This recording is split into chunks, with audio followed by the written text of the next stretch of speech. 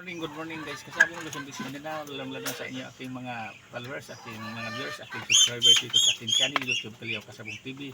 Sa umaga nito ngayon magbigay kong content tips sa inyo. Kung sinong nag-alaga ng sisyo na katulad dito kalaki o kay maliit pa dito, kasi ito 2 buwan na pala. Kulay gold ito siya. Ang madaling makapitan ngayon na panahon tayo na sa taglamig, tag-ulan na, yung mga alaga nating mga sisiyo nga mga maliliit pa lang o 2 buwan tulad dito. Ang kailangan nyong gawin yan, may advice ko sa inyo, lalong lalo na kayo taga-probinsya, mga sulok-sulok na probinsyang mahilig nagpapalahi ng manok, nag-alaga ng manok. Kailangan mag-stock na kayo ng mga gamot-gamot para sa inyong mga alagang mga sisiyo.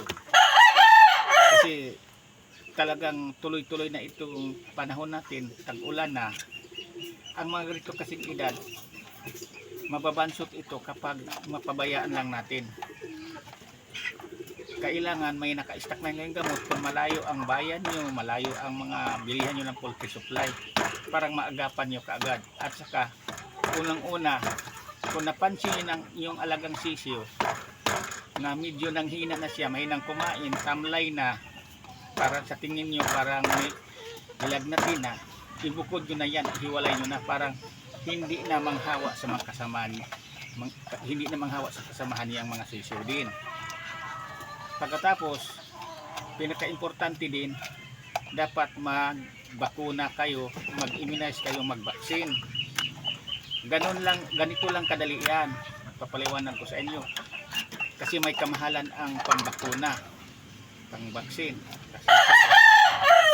Kung ilan-ilan kayo dyan na mga kapitbahay, magkapitbahay kayo, magkumpare, magkaibigan na nag-alaga ng mga sisiyo, mag-usap-usap kayo, hati-hatian nyo, bibilhin nyo ang pang-inject, pang-bakuna, pang-vaccine sa inyong mga alagang sisiyo, parang ligtas yan. Kasi advantage ang inyong mga alagang mga sisiyo kapag ngayong panahon tayo sa taglamig, ang daming iba-ibang bakterya, iba-ibang mga sakit na maramdaman kakapit sa ating mga alagang sisiyo sa mga pangatawan nila, kaya doon sila na babansot. Pag nabaksinan yan, hindi na basta-basta. Kung nabakunahan, naka-immunize, hati-hatian nyo na lang yan kasi may kamahalan, parang nakaminus kayo, maliit lang ang gastusin nyo kung paghati-hatian nyo, dahil kung hindi man karamihan ang inyong mga alagang mga sisiyo, kailangan parang nakatipid kayo paghati-hatian nyo yan na magkumpare, magkapitbahay na may mga alagang sisiyo, parang parehas mabakunahan yung mga alaga, parang ligtas. May ilan-ilan man yan natatamaan ng sipon, pero hindi lahat yan.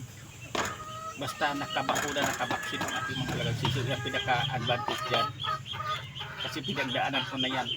Kasi ang mga sisiyo na hindi nabakunahan, hindi nakabaksin yan, hindi naka-immunize, alam nyo ba, kapag may isa ng tinatamaan yan, tuloy-tuloy na yan, hawa-hawa na yan, hanggang halos lahat na sila magkasakit. Kaya ang pinaka-importante dito sa pag-alagang manok, nga marunong tayo sa mga proseso, lalo na ngayong kabuuanan ng tag-ulan, taglamig, ang mga sisiyo talaga di nila kayanin ang lamig. Pero kung ang mga alaga nyong sisiyo, alagaan nyo, huwag nyo munang palabas-labas yan kung malakas ang busa at tubig ulan, parang hindi sila nababasa palagi. Saka na nyo yan palabasin kapag medyo maganda na ang panahon. Yan lang ang pinaka-importante niyang gawin nyo. At saka huwag nyong pabayaan na makaligtaan nyo kapag bigay ng vitamins, pinaka-importante yan, naka-vitamins ang ating mga alagang sisiyo, parang ganadong kumain, healthy ang pangatawan. At saka kung di man kayo makapag-vaccine, di kayo makapag-bakuna sa mga alaga nyo sisiyo, ang gagawin nyo yan din, ito pangalawa ditong suggest ko sa inyo, bibili kayo, mag-stock kayo ng mga gamot, pang sipon, pang halak, o kaya yung ambroxipil, kasi di natin maiwasan yan. May sisiw na mangyari sa inyo yan, maniwala kayo sa hindi. Ang iipot niya, ang inumin niya may halong parang may dugo. Madali lang din yang maalis, gagaling lang yan kaagad kapag may gamot kayo. Dahil pagsimula pa lang niya, kung mapansin niyo ang iniipot niya parang may halo ng kulay dugo, kasi maghalo talaga yan, may umiipot ng halong dugo ang ating sisiyo, kaya yan ang hina, hindi kumakain, papayat na papayat din yan. Pero kailangan niyan may pangpundrang panlunas na gamot yan. Madali lang yan na itanong sa mga soaking poultry supply nyo, sasabihin nyo, kasi alam na nila yan, dahil kabisado na nila yan kung anong sakit. Sasabihin nyo na lang yan, huwag kayong mahiya. Sasabihin nyo, ito ang sakit sa manok ko, namaga ang mata, may sipon, o kaya walang sipon man yang lumalabas, hindi basa ang ilang, nag-ipot, halimbawa may puti, may halong berde, ang sipon niya nasa loob lang. At saka ang pag-alaga talaga sa isa manok natin, kailangan yan ilagay natin sa isip, sa puso natin, ituring natin ang pangalawang pamilya, para hindi natin makaligtaan, hindi natin makalimutan na may obligasyon pala tayo sa umaga na pakainin ng mga sisiw at saka sa hapon. Yan lang, sana mayroon kayong mapulot o matulong ng mga baguhan pa lang.